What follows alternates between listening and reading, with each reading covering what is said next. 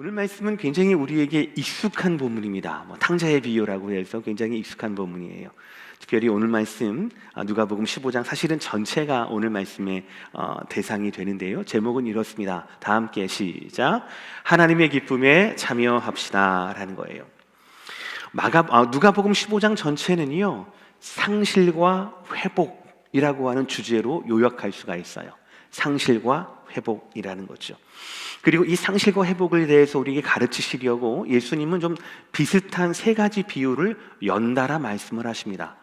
그 첫 번째 상황은, 당시 비유를 말씀하셨던 예수님의 상황은 15장 1절과 같습니다. 이렇습니다. 모든 세리와 주인들이 말씀을 들으러 가까이 나아왔다라는 거예요. 이게 그 상황입니다.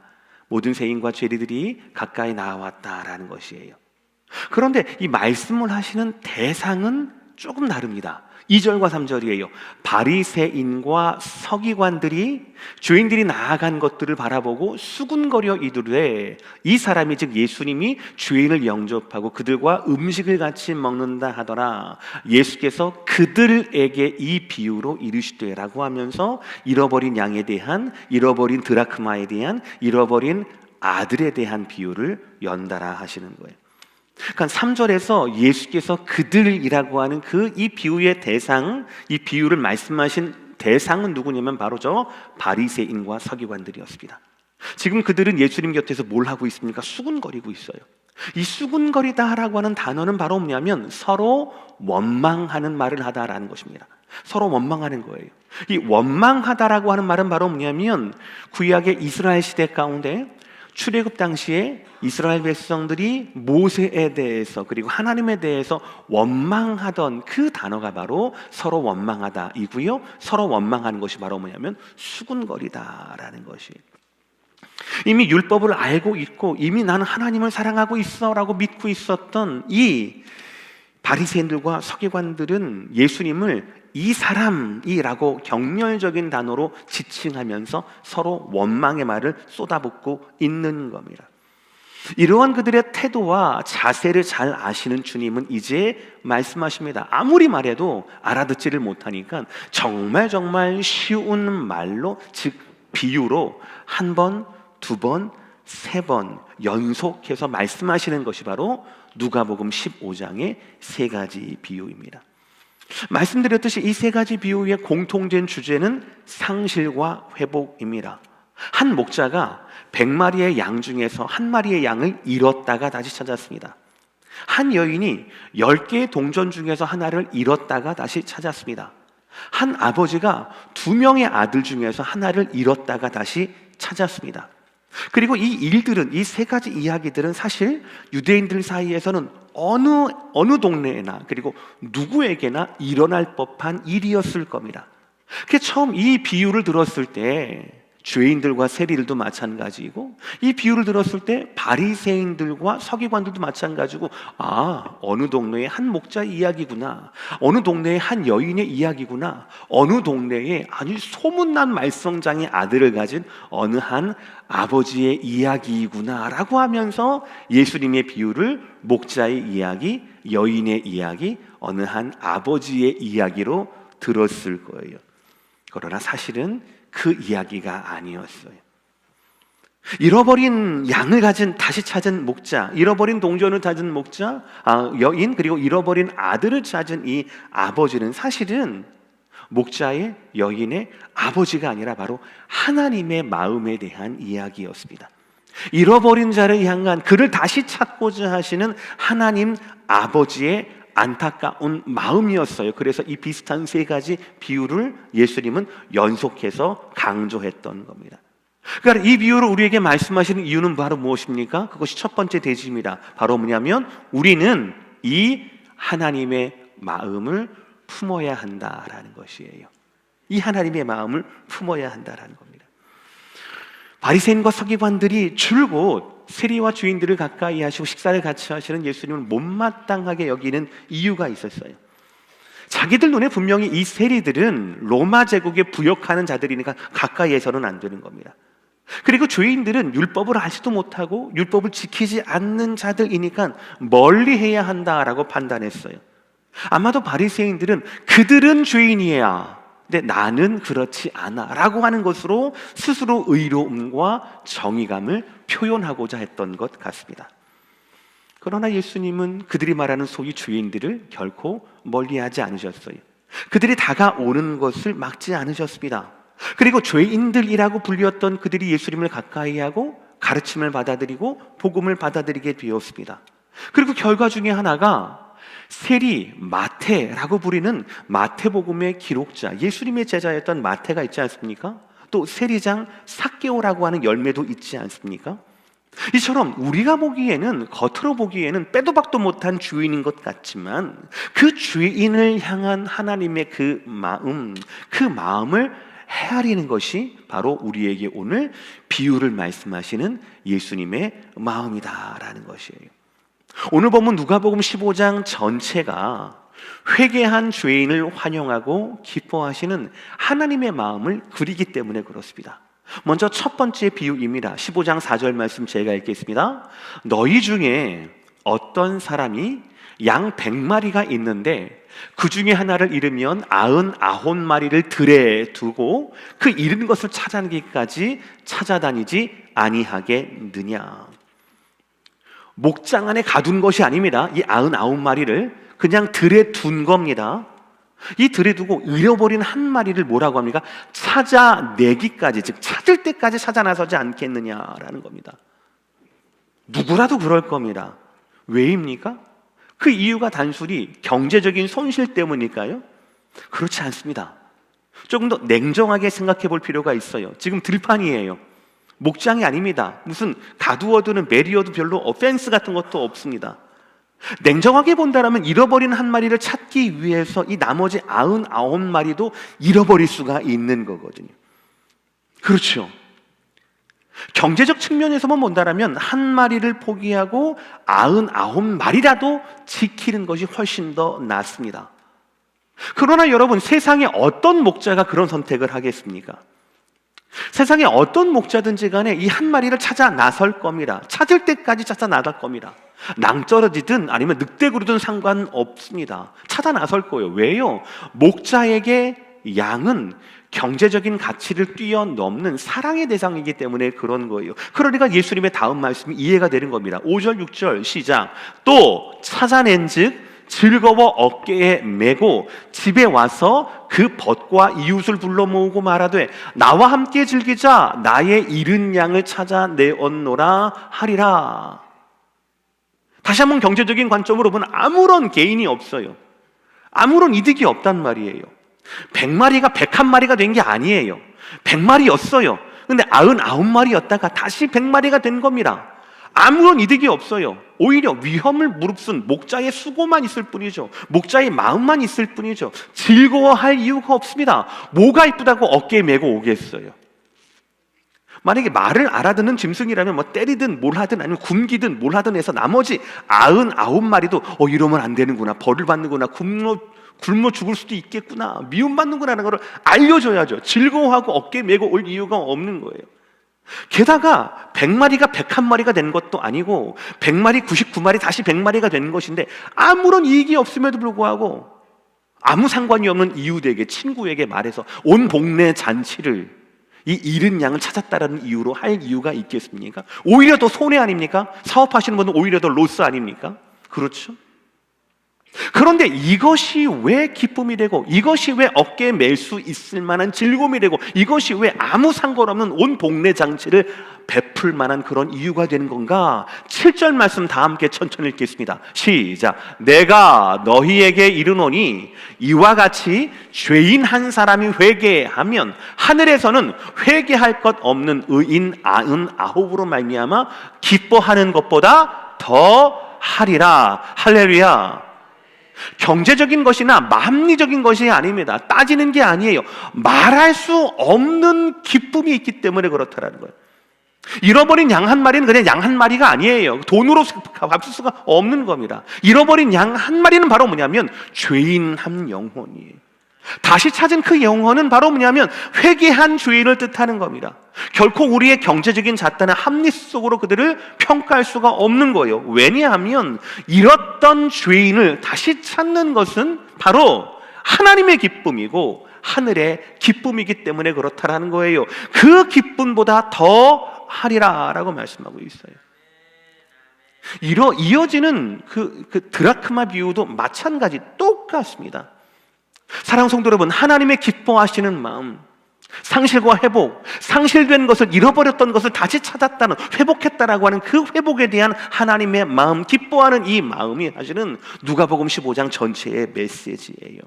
한 마리의 잃은 양을 위해 목자가 이만큼 노력했다라면, 한 동전을 잃어버린 것을 위해 쓸고 닦고 해서 이 여인이 그렇게 애를 썼다라면, 한 사람의 잃어버린 영혼을 되찾기 위한 하나님의 그 불타는 마음은 얼마나 할까? 이것을 우리가 느껴야 한다, 품어야 한다라는 메시지가 바로 비유를 말씀하시는 예수님의 의도라는 것이에요. 그리고 사실은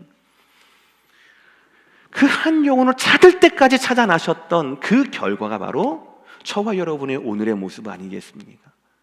유대인과는 전혀 관계가 없는, 피 하나 섞이지 않은, 시대를 공유하지도 않았던 그런 저와 여러분들이 지금 그 하나님을 하나님으로 부르고 그 하나님 앞에서 우리의 삶이 정돈되어 가고 있는 이 모든 것들이 사실은 우리를 찾을 때까지 찾아나셨던 하나님, 잃은 자에 대한 그 타는 마음이 없었다라면, 하나님의 마음이 없었다라면 저와 여러분의 예배가 가능했겠냐고요. 제가 목회자가 될 수가 있겠냐고요. 할 수가 없거든요. 우리는 우리까지도 구원하셨던 그 하나님의 그 마음을 품어야 합니다. 바리새인과 서기관들처럼 굴면 안 돼요. 나의 기준, 나의 관점, 나의 의로움을 고집하면서 하나님 그 마음을 외면해서는 안 된다라는 것이죠. 하나님 마음을 품어야 해요. 그리고 더 나아가서 우리가 품어야 할 마음이 있어요. 바로 뭐냐면 두 번째, 아버지의 그 마음을 우리는 품어야 한다라는 것입니다. 여러분, 지난주 우리가 미국 최대의 명절인 땡스기빙 주간을 지냈어요. 아마 여러분 가정마다 가족 모임이 있었을 것이고요. 정말 오랜만에 친지들을 함께 모이고, 아니면 여러분들이 초대받아서 가시거나 하면서 정말 오랜만에 풍성한 기쁨이 여러분 가정 가운데, 여러분 가운데 아마 계셨을 거라고 생각을 합니다. 상상을 해봅시다. 평범한 가정이에요. 10식구예요. 땡스기빙에 모였습니다. 추수감사 이 만찬을 위해서 며칠 전부터 분주하게 장보고 요리하고 청소하고 다 어레인지를 다 했어요.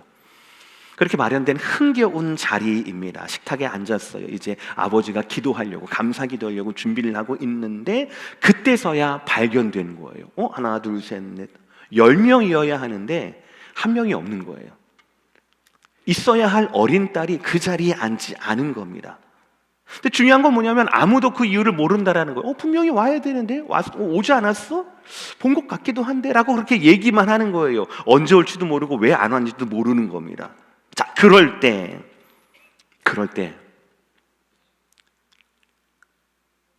어떤 아버지가, 야, 그래도 이 아이가 추수감사절 저녁 6시에 모이는 것, 우리 집에서 모이는 것 이미 알고 있잖아. 근데 알고 있는데도 이 자리에 안 왔어? 누구 탓이야? 이 아이 탓이야? 그냥 진행시켜. 이런 사람은 없을 겁니다. 한 명 안 왔지만 그래도 우리 9명 모였잖아. 90% 모였잖아. 그러니까 마음 쓰지 말고 밥이나 먹자. 이렇게 하는 사람이 없을 겁니다. 어린 딸을 찾기 위해서 막 연락해보고 이웃집에 한번 가보고 막 전화하는 그 부산을 떠는 가족들을 향해, 아니 왜 이렇게 야단법석이야? 시간 됐어, 앉아, 밥 식어, 밥이나 빨리 먹어 라고 투덜댈 아빠는 아무도 없을 겁니다. 아무도 없을 거예요. 아무리 많은 음식이 준비되어 있다 하더라도, 아무리 오랜만에 만나는 딸보다 더 반가운 가족이 있다 하더라도 그렇게 행동하는 사람은 없을 겁니다. 그것으로 충분하지 않습니다. 어떻게 합니까? 잃은 자녀가 있다라면 반드시 찾아낼 겁니다. 즉시 찾아낼 겁니다. 반드시 있어야 할 그 자리에 한 사람도 빠짐없이 있어야만 그 만찬은 시작될 겁니다. 자연스러운 행동은 그 아버지를 비롯한 모든 가족들은 이 어린 딸을 찾기 위해서 연락하고 밖으로 나아갈 겁니다. 찾을 때까지 찾아 나설 겁니다. 그리고 모두가 이 아버지의 마음으로 그 잃어버린 딸을 찾아 나갈 겁니다. 그래서 찾아와서 더 기쁜 기쁨으로 이 식탁이 채워져야 하는 겁니다. 이것이 당연한 겁니다. 이것이 잃은 자녀를 발견했을 때 우리가 해야 할 시급한 일 아니겠습니까? 어느 아버지가 안 그러겠어요? 다 그러겠죠. 여러분, 누가복음 15장에 예수님이 정말 비슷한 세 가지 비유, 잃은 양, 잃은 드라크마, 잃은 아들에 대한 이 비유를 연달아 말씀하시면서 진짜 하시고자 하시는 말씀 바로 여기에 있습니다. 예수님은 이 땅에 의사로 오셨거든요. 생명을 주를 위한 구원자로 오셨거든요. 예수님은 잃은 자를 찾기 위해 오신 겁니다. 죄인들을 부르기 위해서 오신 거예요. 그래서 우리가 하나님을 사랑한다라면, 하나님의 뜻을 이루는 것이 우리의 소명이라고 얘기할 수 있다라면, 우리는 그 하나님의 아버지로서의 마음을 품어야 하는 거예요. 잃어버린 자녀를 향한 아버지로서의 하나님 마음을 알고 공감하며 같이 뛰쳐나가서 찾아야 하는 겁니다. 그러나 먼저 은혜 받았던 바리새인과 서기관들은 그렇게 하지 않았어요. 우리가 잘 알고 있는 세 번째 비유인 탕자의 비유에서 첫 번째 아들처럼 말이죠. 잃어버린 양의 비유, 잃어버린 드라크마의 비유, 잃어버린 아들의 비유, 세 가지가 비슷하거든요. 그런데 첫 번째, 두 번째와 이 세 번째가 결과가 달라요. 결과가 달라요. 첫 번째, 두 번째는 어떻습니까? 잃어버린 양을 이 목자가 찾아 나섭니다. 찾을 때까지 찾아 나서요. 그리고 찾습니다. 기뻐합니다. 들쳐매고 와요. 그리고 난 다음에 온 친척과 친구들을 불러서 잔치를 해요. 잃어버린 드라크마 이 여인도 마찬가지예요.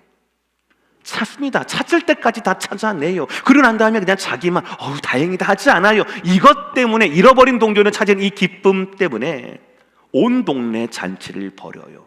첫 번째 비유, 두 번째 비유 결과가 똑같아요. 근데 세 번째 비유는 달라요. 세 번째 비유는 달라요. 첫 번째, 두 번째와 다른 세 번째 비유의 결과를 다 함께 보시겠습니다. 27절, 28절 하반절, 상반절 말씀 제가 읽어요. 대답하되 아버지 집의 종이 큰아들에게 말한 겁니다. 우리 집이 떠들썩한데 이게 무슨 말이야? 무슨 일이야? 모르니까 대답하고 물어보고 대답을 하는 겁니다. 대답하되 집을 나갔던 당신의 동생이 돌아왔음에 당신의 아버지가 건강한 그를 다시 맞아들이게 됨으로 인하여 살신 송아지를 잡았나이다 하니 이제 알았어 무슨 말인지. 그런데 그 큰아들은 어떻게 반응합니까? 다 함께 시작. 이게 다른 거예요. 다시 돌아온 둘째 아들을 첫째 아들은 환영하지 않습니다. 아버지는 기쁜데 첫째 아들은 기뻐하지 않습니다. 그래서 저는 이 누가복음 이 마지막 세 번째 비유를 탕자의 비유, 글쎄요, 우리가 말하는 탕자의 비유에서 그 탕자는 누굽니까? 집을 나간 둘째 아들이잖아요. 근데 제가 보기에는 달라요. 저는 두 아들 모두가 탕자라고 생각합니다. 첫째 아들은 집에 있는 탕자예요. 둘째 아들은 집을 나갔다가 돌아온 탕자입니다. 이 둘 모두 아버지와의 관계에 문제가 있어요.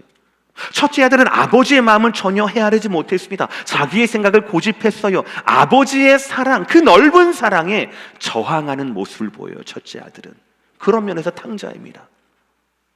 둘째 아들은 어떻습니까? 둘째 아들도 처음에는 이 첫째 아들과 똑같았어요. 아버지의 마음을 이해하지 못했습니다. 반항했습니다. 괘씸하게도 아버지 생존에 있음에도 불구하고 유산을 달라고 주장을 했거든요. 자기 마음대로 살았어요. 그런데 회개하고 돌아왔어요. 아무것도 한 것이 없는데 회개하고 돌아왔어요. 돌아왔더니 어떻게 됐습니까? 둘째 아들이 잔치의 주인공이 되거든요. 참 희한한 거예요. 이게 아버지의 마음이고 아버지의 뜻이고 아버지의 기쁨이거든요. 그러나 안타까운 것은 예수님 비유에서 이 첫째 아들, 둘째 아들인 탕자는 아버지의 관계가 회복이 되는데 첫째 아들인 탕자는요, 집에 있는 탕자는요, 아버지의 관계가 회복되는 것이 예수님 비유에서 나타나지가 않거든요. 동생이 돌아왔다라는, 무엇보다도 아버지의 근심이 해결되었다라고 하는 이 마땅한 기쁨에 첫째 아들은 결코 동참하지 못하고 말씀이 끝맺게 되는 거예요. 그러므로 여러분, 오늘 말씀의 결론입니다. 세 번째, 시작. 우리는 마땅히 하나님의 기쁨에 참여해야 합니다. 할렐루야, 아멘. 여러분, 오늘 말씀의 주제가 뭐라고요? 누가복음 13장, 15장에 세 가지 비슷한 비유가 나오는데 이 세 가지 비유를 꿰뚫는 관통하는 주제가 뭐라고요? 상실과 회복이라고요. 거기에 목자의 기쁨이, 여인의 기쁨이, 아버지의 기쁨이 있다라고 얘기했잖아요. 예수님께서 비슷한 이 세 가지 비유를 연달아 말씀하신 이유가 바로 뭐예요? 바로 우리 하나님 아버지의 진정한 기쁨은, 무엇보다도 비교할 수 없는 그 기쁨은 죄인들의 회개라는, 회개를 통하여 잃어버린 양이 돌아오는 그것이라는 것이죠. 이것이 큰 기쁨이라는 것이죠. 이 회개는 두 아들 모두에게 필요한 요소입니다. 집을 나간 아들에게도 회개하고 아버지의 품으로 돌아와야 하고요, 집에 있는 첫째 아들에게도 회개하고 아버지의 기쁨에 동참해야 한다라는 사실이지요.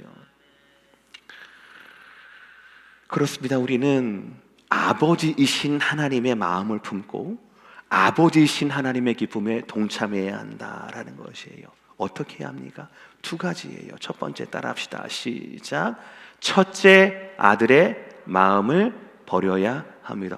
저는 차남인데요. 아니요, 다 따라하세요. 다시 한번 시작. 첫째 아들의 마음을 버려야 합니다. 나 또한 회개할 필요가 있는 아들이었음을 고백해야 합니다. 물론 나는 동생처럼 유산을 요구한 적은 없지요. 집을 나간 적은 없지요. 또 동생과 달리 나는 아버지가 시킨 모든 일을 하고 있습니다. 그러나 그렇다고 하더라도 그 행동들이 아버지의 마음을 품는 자식의 모습은 아니다라는 것이죠. 아들다운 아들이 되는 것도 아니다라는 거죠. 아들다운 아들은 뭡니까? 아버지를 닮는 아들이 아들다운 아들 아니겠습니까? 그렇죠? 아버지의 뜻을 헤아리는 아들이 아들다운 아들 아니겠습니까? 뻔히 알잖아요. 첫째 아들은 아버지가 동 뜰 때부터 해 질 때까지 누구를 어디에서 왜 기다리는지, 어떤 마음으로 기다리는지를 알 거 아니에요. 자기 동생에 대한 아버지의 그리움과 아버지의 사랑과 아버지의 그 열심이 뭔지를 첫째 아들은 날마다 봤을 거 아닙니까? 일을 나가면서 왔다 갔다 하면서 아버지가 오늘 또 저러고 계시네, 오늘 또 저러고 계시네, 그 마음을 알았을 거 아니에요. 그 마음이 들 때마다 아버지의 사랑, 그래 동생의 괘씸하지만 동생에 대한 내 사랑, 나는 동생을 사랑할 수 없지만 나는 아버지의 아들로서 내 동생을 사랑할 수 있는 수많은 감동과 감격과 그 밀려오는 아버지 사랑에 대한 깨달음이 있었음에도 불구하고 그것을 밀어냈던 것이 지금 첫째 아들의 모습 아닙니까?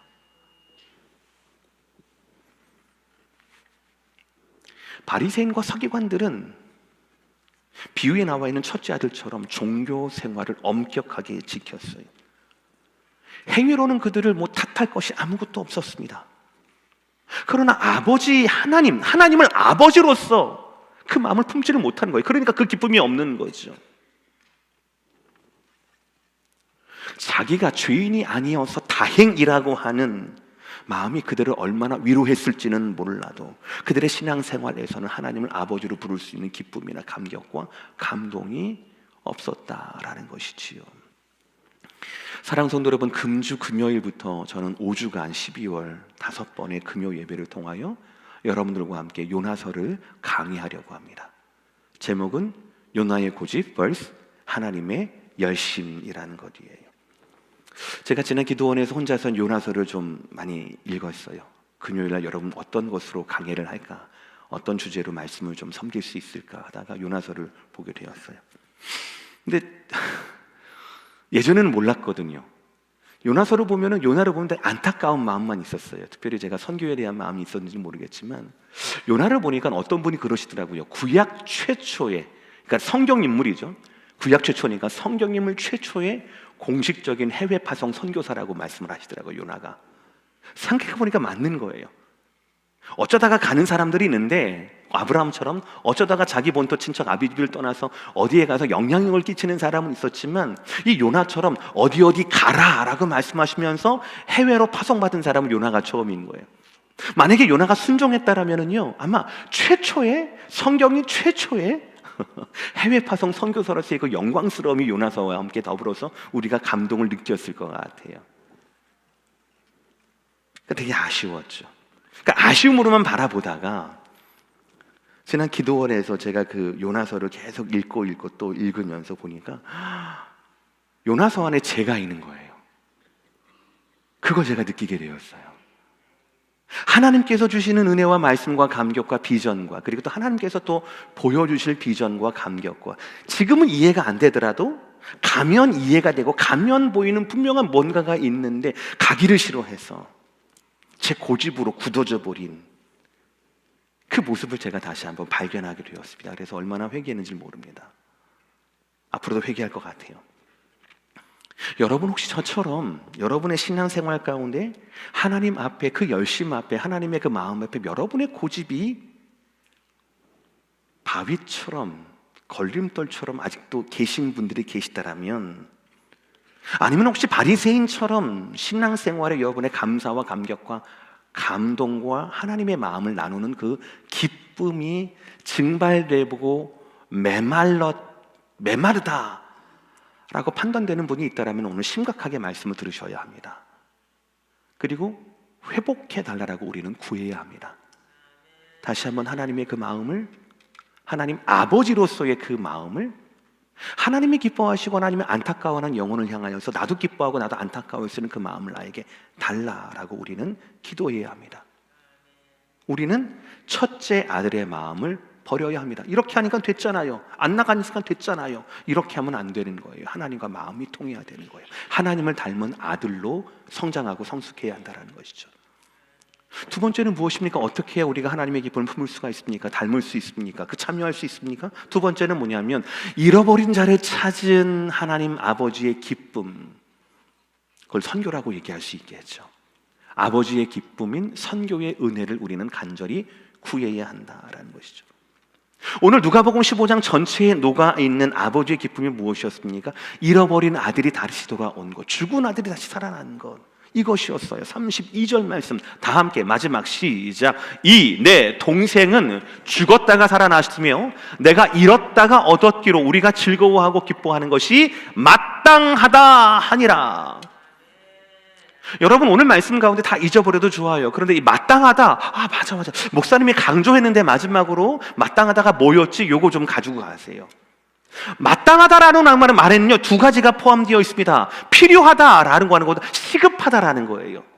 마치 여러분들 아까 전에 말씀드렸던 이 10명이 있어야 할 이 자리에 10명의 가족이 다 와야 시작이 되는 이 만찬 가운데 사랑하는 자녀가 없어요. 예를 들어서 10명 왔는데 한 명이 없어. 100마리가 있어야 되는데 한 마리가 없단 말이에요. 예를 들어서 그럼 그런 대로 가. 그냥 99% 만족하잖아. 반올리면 100이잖아. 한 명 없어도 9명 있잖아. 이 정도면 된 거지 라고 할 사람이 있습니까? 없거든요. 하나님의 기쁨은 잃어버린 자를 찾은 하나님의 기쁨은 마땅한 기쁨이라고 말씀하고 있는 거예요. 10명이 다 와야 합니다. 채워져야 될 사람 다 채워져야 되는 겁니다. 하나님 부르시는 모든 사람들이, 하나님이 예정하시는 모든 사람들이, 구원받기로 예정된 모든 사람들이 구원받아야 되는 거예요. 이게 마땅한 거예요. 그러기 위해서 어떻게 되는가? 튀어나가야 돼요. 찾아러 나가야 되는 겁니다. 마땅한 기쁨이 우리의 기쁨이 되려면 우리는 이것이 우리에게 필연적이라고 하는 것을, 이 선교가 우리 가운데 시급한 숙제라는 것을 우리는 인식해야 한다라는 것입니다. 아멘이십니까?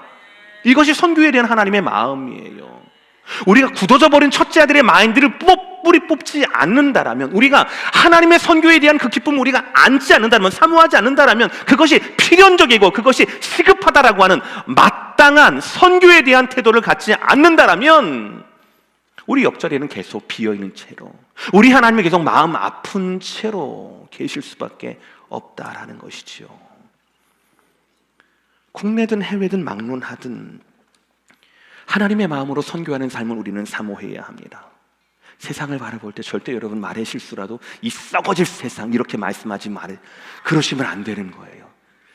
이놈의 세상 빨리 어떻게, 아니에요. 이 세상을 내가 바라보는 게 아니라, 첫째 아들이 바라보는 게 아니라 하나님이 바라보신 이 세상은 어떤 세상입니까? 잃어버린 자들을 향한 시선으로 주님 바라보고 계시거든요. 아멘이십니까?